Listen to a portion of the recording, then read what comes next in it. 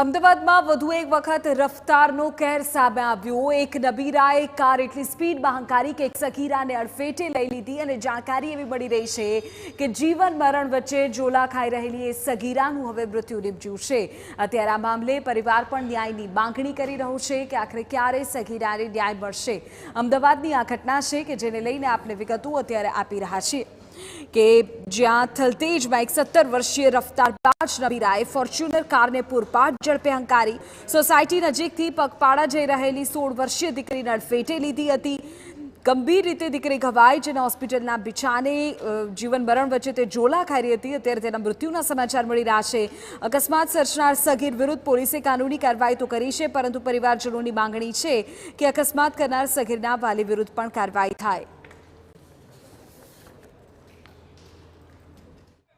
મારો ફાધર ને લોકો એને લઈને હોસ્પિટલ ગયા ત્યારે એની અંદર જીવ નહોતો। ત્યારબાદ હોસ્પિટલાઇઝ કર્યા પછી ટ્રીટમેન્ટ થોડી આપ્યા પછી એના શ્વાસ આવ્યો પણ એ હલનચલન કહીને કોમામાં। ત્યારબાદ મારો ભાણાને બધા બહાર ગયા જોવા માટે। ત્યારે ભાણાને લોકોને બધાને મારપીટ ને બધું કર્યું।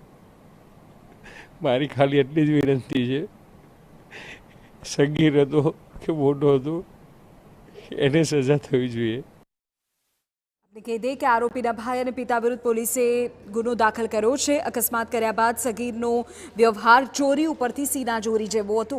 અકસ્માત બાદ ઘટના સ્થળે પહોંચેલા દીકરીના પરિજનો સાથે અકસ્માત કરનાર સગીરના મિત્રો અને પરિવારજનોએ ઝપાઝપી અને મારામારી કરી હતી।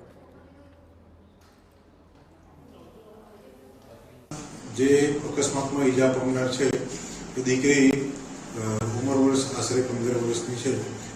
એ પોતે ચાલતી જતી હતી તે વખતે એક ફોર્ચ્યુનર કારના ચાલકે, જે કારનો નંબર છે GJ01WP 0016, જે કારના ચાલકે પૂર ઝડપે અને બેદરકારીપૂર્વક ચલાવી લાવી અને જે દીકરી ચાલતી જતી હતી એને અકસ્માત કરેલો, જેના કારણે એને ગંભીર પ્રકારની ઈજાઓ થતાં હોસ્પિટલમાં દાખલ કર્યો।